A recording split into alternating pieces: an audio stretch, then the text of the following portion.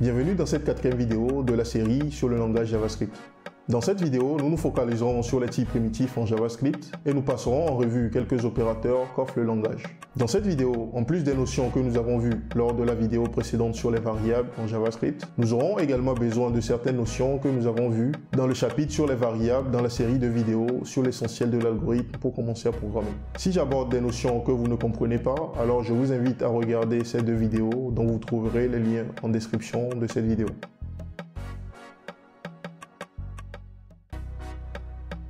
Le JavaScript est un langage de programmation typé dynamique, c'est-à-dire que le type d'une variable est déterminé par le type de la valeur que contient la variable à un instant donné. Cela implique qu'une variable durant un programme peut prendre une valeur de type chaîne de caractères et plus tard une valeur de type nombre. En JavaScript, il est donc possible de faire ce que nous avons ici. C'est-à-dire que nous avons une variable que nous initialisons au début en lui donnant une valeur qui est 12. Donc en faisant cela, la variable x ici devient un nombre. Et durant l'exécution de notre programme, on change ici, on modifie la valeur de cette variable pour lui donner une valeur qui est une chaîne de caractères ici. Donc à partir de cette ligne, la variable x devient une chaîne de caractères. Donc pareil, dans l'exécution de notre programme, on change encore la valeur plus tard de notre variable x en lui donnant la valeur nulle. Donc à partir d'ici, notre variable x ici va se comporter comme une variable de type nul. Ceci est possible à cause du caractère typé dynamique du langage. Donc le type d'une variable, ici, est déterminé par son contenu à un instant t donné. Donc à cette ligne, la variable is est une chaîne de caractères. À cette ligne, la variable is est un nombre. Il faut noter qu'en JavaScript, les variables sont classées en deux grands groupes. Nous avons les types primitifs qui sont des types atomiques fournis par le langage. Nous avons également les types non primitifs qui sont des types créés par la composition des types primitifs. Nous avons ici la liste des types primitifs et des types non primitifs en JavaScript. Pour la suite, nous allons passer en revue les différents types primitifs et revenir sur les types non primitifs dans d'autres vidéos. Le premier type primitif que nous allons voir est le type onDefine qui dénote l'absence de valeur dans une variable. En JavaScript, lorsqu'on déclare une variable sans lui affecter une valeur, automatiquement cette variable a la valeur onDefine. Donc ici, si je vérifie la valeur de ma variable ici, donc on voit que la variable x ici a pour valeur onDefine, vu qu'elle n'a pas été initialisée ou qu'on ne lui a pas donné une valeur de façon explicite. Nous avons le type nul qui, comme son nom l'indique, permet de dire qu'une variable contient une valeur nulle. Donc pour déclarer une variable et dire que sa valeur est nulle, il suffit de lui affecter la valeur nulle comme nous l'avons ici. Donc si on vérifie la valeur de z après, donc z a une valeur qui est nulle ici. Nous avons le type booléen qui indique qu'une variable contient une valeur qui est soit égale à true, comme nous l'avons ici, ou soit égale à false. Nous avons le type number qui permet d'indiquer qu'une variable contient une valeur qui est entière ou réelle, signée ou non. Donc ici, nous avons quelques exemples de variables qui sont initialisées avec des valeurs qui sont des nombres. Donc ici, nous avons une valeur qui est entière, une valeur qui est réelle, une valeur réelle qui est signée, une valeur entière ici. Il faut noter également qu'en JavaScript, avec une version d'ECMAScript qui est supérieure ou égale à la 6, je ne me rappelle plus exactement la bonne version, c'est qu'on peut utiliser également l'underscore comme délimiteur ou séparateur de millième au niveau des nombres. Donc en faisant comme ça, c'est plus lisible pour l'humain de lire la valeur comme ça, parce qu'on voit que les délimitations des millièmes sont bien faites. Donc si je vérifie la valeur de big again ici, donc cela correspond exactement à la valeur ici, juste que c'est plus lisible que lorsqu'on l'écrit comme ça. Donc on peut utiliser ce séparateur de millième pour une meilleure lisibilité des nombres si on le veut. Nous avons le type string qui indique qu'une variable contient une chaîne de caractères. En JavaScript, les chaînes de caractères sont délimitées soit par des double quotes comme nous l'avons ici, soit par des semiquotes, soit par des caractères backticks comme nous l'avons ici. Donc si je vérifie la valeur par exemple de la valeur de pseudo, donc je vois que pseudo est une chaîne de caractères. Donc si je vérifie également la valeur de continent par exemple,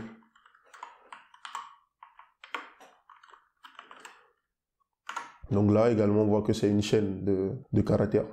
En JavaScript, nous avons également un type primitif symbole qui indique qu'une variable contient un symbole. Il faut noter qu'un symbole est un type particulier qui permet de créer dans la pratique des valeurs uniques. Donc si je fais ceci, supposons que je fais ça,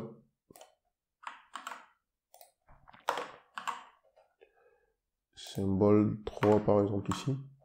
Donc si je fais symbole 1 et puis symbole 3 ici, même si j'utilise la même notation ici, cela me permet d'avoir des valeurs uniques différentes dans les deux cas. Donc ce n'est pas la même valeur qui sera créée dans les deux cas. Donc les symboles sont utilisés dans la pratique juste pour créer des valeurs qui sont uniques. Enfin, nous avons le type BigInt qui indique qu'une variable contient un grand nombre qui ne peut pas être représenté en utilisant le type number. Concernant les types non primitifs, nous reviendrons en détail sur chacun d'entre eux dans des vidéos qui seront dédiées à leur étude. Le JavaScript étant un langage typé dynamique, la question qu'on peut se poser est comment déterminer le type d'une variable à un instant t donné. Pour déterminer le type d'une variable, on peut soit utiliser l'opérateur typeOf lorsqu'il s'agit d'une variable de type primitif et instanceOf pour une variable de type non primitif. Il faut noter que l'opérateur typeOf retourne une chaîne de caractères correspondant au type de la variable.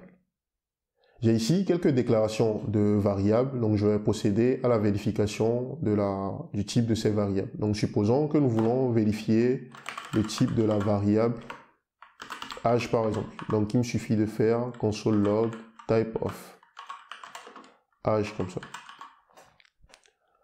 Donc là, je vois que j'ai le résultat number. Donc il faut juste noter que la valeur de retour ici, c'est une chaîne de caractères. La valeur qui est ici, c'est une valeur que nous venons de voir lorsqu'on en passait en revue les différents types. Donc pour déterminer le type, par exemple, de la variable adulte ici, il suffit de faire pareil. Donc je vais juste copier-coller cela et changer le nom de la variable.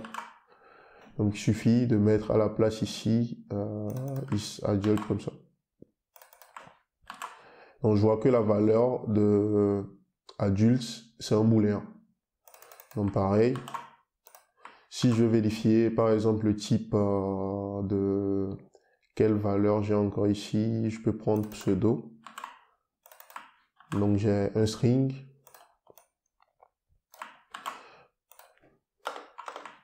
Donc si je vérifie le type de test ici, donc on voit que test est déclaré mais sans être initialisé. Donc logiquement, sa valeur sera de type undefined. Donc je mets test ici.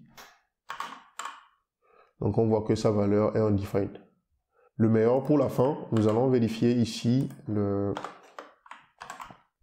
type de la variable nul ici.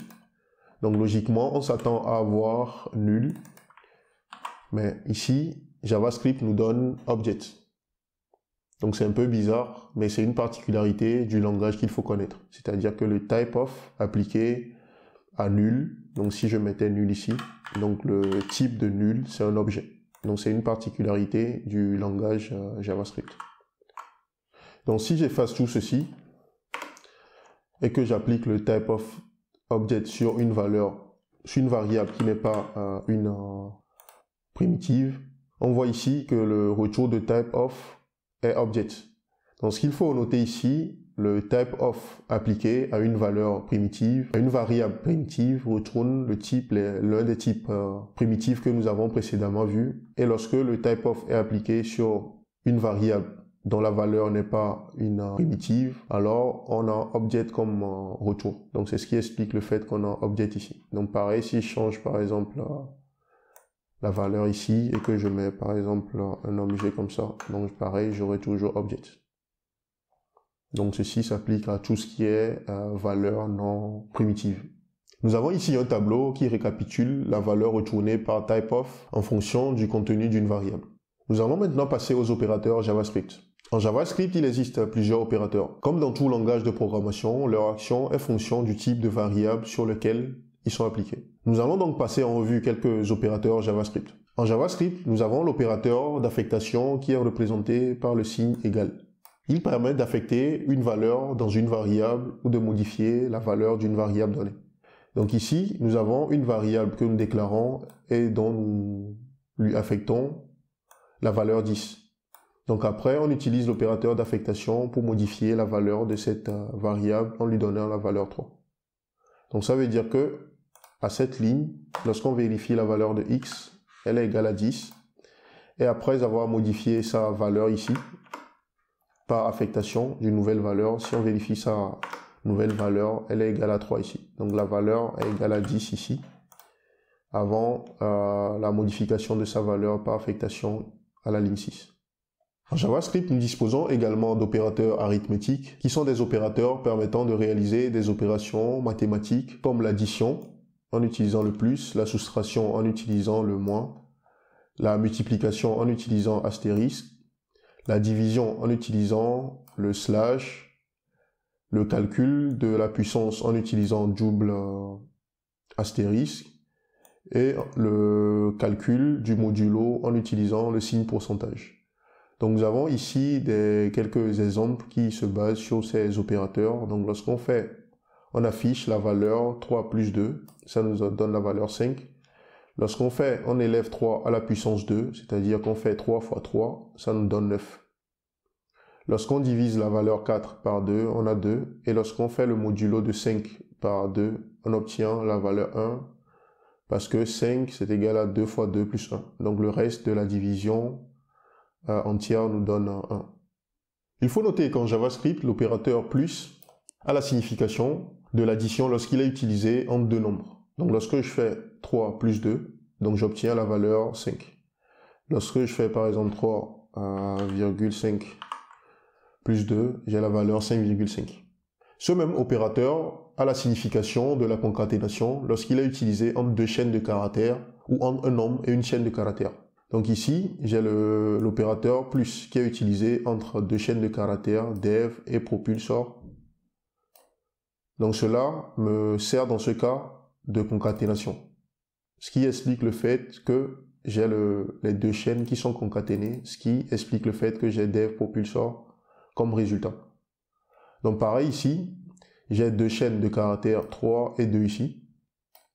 Donc lorsque j'utilise l'opérateur plus ici, cela se traduit par un opérateur de concaténation. C'est ce qui explique que j'ai 32 ici, au lieu d'avoir 5 comme résultat issu de cette opération. Donc pareil ici, lorsque je fais 3 plus 2, vu que l'opérateur est utilisé entre une valeur qui est une chaîne de caractères et un nombre ici, l'opérateur sera interprété comme une concaténation, ce qui explique le fait que j'ai 32 ici. Donc pareil ici, j'ai juste interverti les types ici. Donc ici, je mets là un nombre et là une chaîne de caractères. Donc pareil, le plus ici sert de concaténation dans ce cas, vu que le signe il est utilisé entre une valeur qui est un nombre et une valeur qui a une chaîne de caractères. Donc lorsque je reviens là, on rend l'exemple plus complexe. Donc nous avons dit que lorsque l'opérateur est utilisé entre deux nombres, cela se traduit par une addition. Donc lorsque je fais ici 3 plus 2, ça me donne d'abord 5. Donc j'ai d'abord la valeur 5 et ensuite je fais 5 plus le 5 qui est une chaîne de caractères dans ce cas. Donc c'est ce qui explique le fait que j'ai 55 comme résultat issu de ce calcul.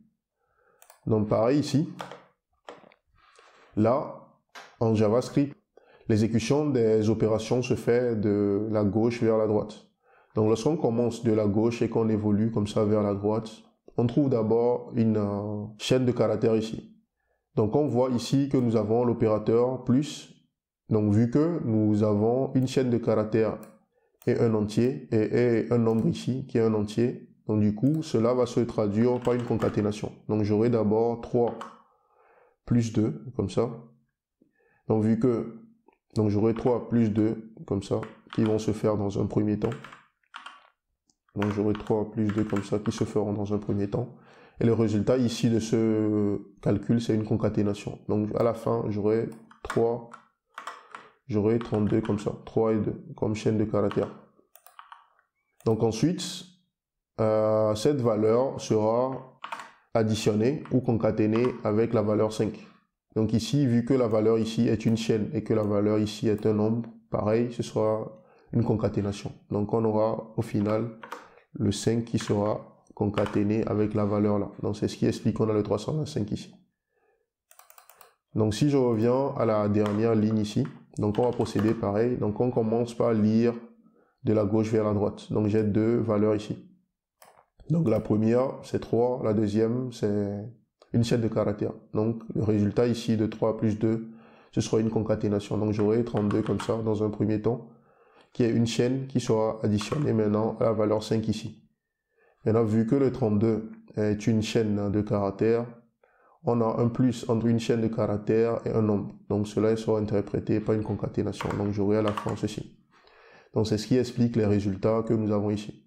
Donc il faut faire attention lorsqu'on utilise l'opérateur addition ou le plus en JavaScript. Donc l'interprétation est fonction des opérandes autour de l'opérateur. C'est le type des variables ou des opérandes autour du signe qui vont déterminer le résultat de l'opération. En JavaScript, nous disposons également d'opérateurs de comparaison qui sont des opérateurs utilisés pour mettre en place des structures de contrôle dans un programme. Nous avons ici ces opérateurs qui sont listés. Nous avons par exemple le signe supérieur, le signe inférieur, le signe supérieur ou égal, etc. Il faut noter que lorsqu'on applique un opérateur de comparaison entre deux opérandes, le résultat issu de l'opération est une valeur booléenne. Donc lorsque j'ai 2 supérieur à 0 par exemple ici, le résultat issu de cette opération sera une valeur booléenne qui sera vraie lorsque 2 est supérieur à 0 ou qui sera faux lorsque la condition ici n'est pas vérifiée. Donc nous avons quelques exemples ici qui utilisent ces opérateurs. Donc ici, lorsqu'on fait 2 supérieur à 0, cette condition est vraie. Du coup, on a la valeur true ici. Donc est-ce que la valeur 2 est supérieure ou égale à 0? La condition là est toujours vraie, c'est pourquoi on a true ici. La dernière comparaison que nous avons ici, à savoir on define double égale nul, nous amène à une notion importante en JavaScript, qui est la différence entre le double égal et le triple égal. L'opérateur double égal en JavaScript est appelé le lose equality, et l'opérateur triple égal en JavaScript est appelé le strict equality. Il faut noter qu'en JavaScript, pour une comparaison entre deux variables, en utilisant l'opérateur double égal, c'est-à-dire le lose equality, cet opérateur procède à une conversion vers un type intermédiaire avant la réalisation de la comparaison. Alors que le triple égal, c'est-à-dire le strict equality, ne procède pas à la conversion comparaison. Si nous revenons à notre comparaison de tout à l'heure, à savoir vérifier si les valeurs de part et d'autre de cet opérateur sont égales ou pas, vu que nous utilisons l'opérateur lose equality, le moteur JavaScript va procéder dans un premier temps à une comparaison de ces deux valeurs de part et d'autre de l'opérateur vers un type intermédiaire avant de procéder à la comparaison. Il y a une règle qui est utilisée par le moteur lors de cette conversion pour savoir vers quel type intermédiaire réaliser la conversion avant de réaliser la comparaison. Donc, vous pouvez faire une recherche par vous-même pour la culture personnelle pour connaître mieux cette règle. Il est conseillé, pour éviter des problèmes ou des surprises, d'utiliser simplement le triple equality pour éviter des surprises ou pour ne pas avoir à connaître cette règle en tête.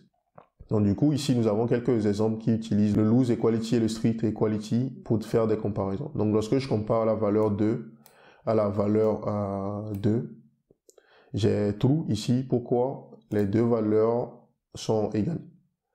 Ici, c'est pareil.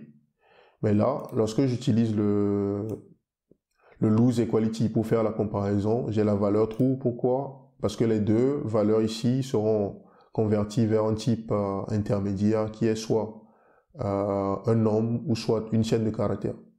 Donc lorsque je convertis la valeur 2 ici, la valeur 2, une chaîne de caractères vers un entier, donc j'aurai ceci. Donc cela revient à faire ceci. Donc en faisant après cette vérification, cette comparaison, après cette conversion, donc on voit que la valeur 2 est égale à 2, ce qui explique la valeur true ici. Alors que pour le triple equality ici, il n'y a pas de conversion vers un type intermédiaire avant d'effectuer cette comparaison. Donc la comparaison sera strict, donc lorsque je vais comparer 2 à 2 comme ça, donc on voit que ce n'est pas les mêmes valeurs, ce qui explique le false que nous avons ici. Donc encore une fois, pour éviter des surprises, lors de la comparaison, il faut simplement utiliser le triple égal, c'est-à-dire le strict equality. Mais si votre intention est de procéder à cette conversion vers un type intermédiaire avant de procéder à la comparaison, alors dans ce cas, vous pouvez utiliser explicitement le double égal, c'est-à-dire le lose equality. En JavaScript, nous disposons également d'opérateurs de sélection, encore appelés les opérateurs logiques, qui sont également utilisés lorsqu'on met en place des structures de contrôle dans un programme.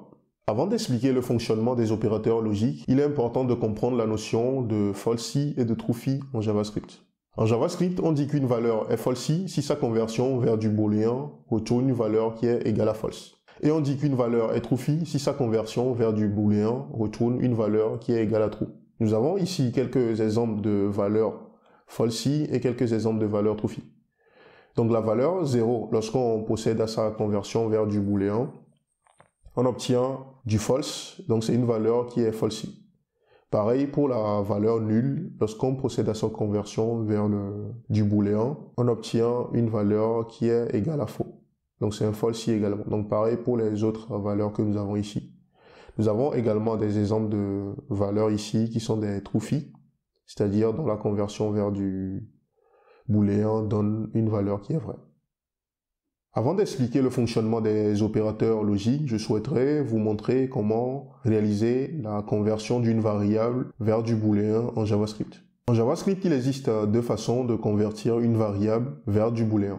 Donc supposons que nous avons ici une variable x qui a la valeur 20 par exemple, que nous avons une variable y qui a par exemple la valeur -1, une variable z qui a la valeur par exemple 0, et une variable a qui a une valeur par exemple nulle. Donc nous venons de voir tout à l'heure que la valeur x ici,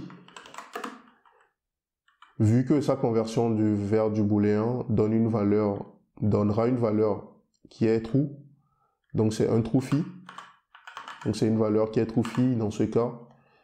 Ici, ce sera une valeur truefi également, et que les valeurs ici sont des falsi. Pareil pour la valeur nulle également.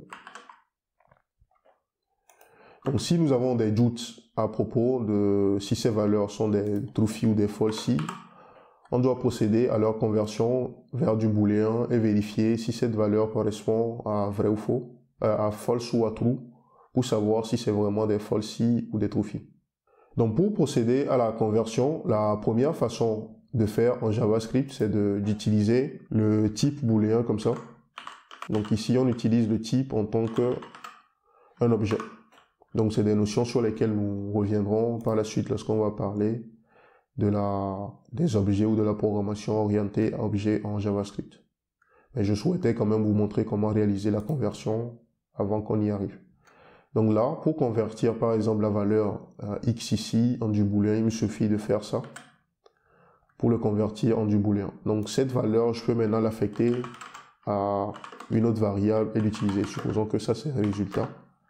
Donc si j'affiche maintenant la valeur de résultat, donc on voit que cette valeur est booléenne. Donc on a la valeur true parce que x est du truefi. Donc si je remplace par exemple la valeur x ici par y, donc on a toujours un truefi, c'est-à-dire la valeur est toujours égale à true, parce que le -1 est une valeur dont la conversion vers du booléen donne du true.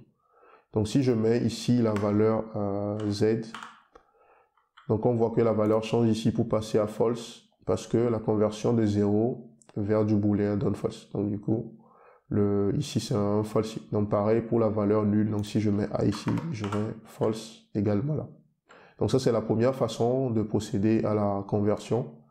Donc la deuxième façon de le faire, c'est d'utiliser l'opérateur double bang. Donc c'est le double point d'exclamation. Donc c'est une façon aussi de procéder à la conversion. Donc lorsque je mets le double point d'exclamation devant une variable, donc je dis au moteur JavaScript de convertir cette variable vers du booléen. Donc ceci est équivalent à écrire ceci. À faire ça. Ceci est équivalent à mettre un booléen comme ça. Booléen de A.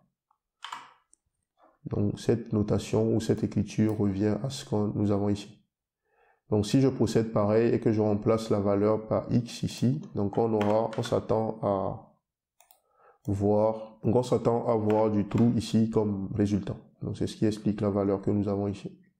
Donc c'est de cette façon qu'on convertit une variable du booléen en JavaScript. Donc il suffit de mettre le double bang ici, ou soit utiliser le booléen. Suite à cela, nous pouvons maintenant revenir à notre premier opérateur logique, qui est le ou logique. Donc je décommande juste ça. L'opérateur double barre verticale, appelé le ou logique en JavaScript, sélectionne ou retourne la valeur à droite de l'opérateur seulement si la valeur de gauche est false. Donc opérateur variable retourne opérande de droite seulement si la valeur de gauche est false.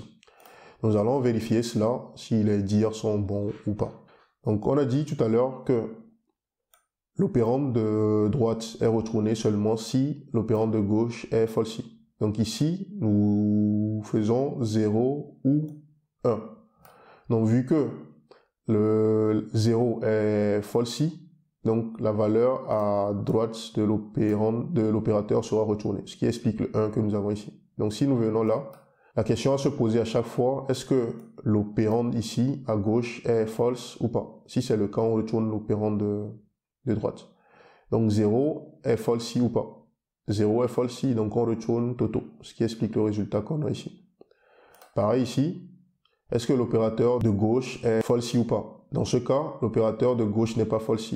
Donc on ne va pas retourner l'opérande de droite, mais on va plutôt retourner l'opérande de gauche dans ce cas. Donc ce qui explique le Toto que nous avons ici. Donc lorsqu'on vient là, est-ce que l'opérande de gauche est false? Non, donc on le retourne. Là, est-ce que l'opérateur de gauche est false? Oui, donc on retourne dans ce cas l'opérande de droite. Donc c'est les questions à se poser à chaque fois. Est-ce que l'opérande de droite, l'opérande de gauche est false? Dans ce cas, non. Donc on retourne l'opérande de gauche. Donc la règle, c'est que on vérifie si l'opérande de gauche est false ou pas. Si elle est false, alors on retourne l'opérande de droite. Sinon, on retourne l'opérande de gauche. Le deuxième opérateur logique que nous allons voir est le double esperluette, appelé logique en JavaScript. Le logique en JavaScript sélectionne ou retourne la valeur à droite de l'opérateur seulement si la valeur de gauche est true.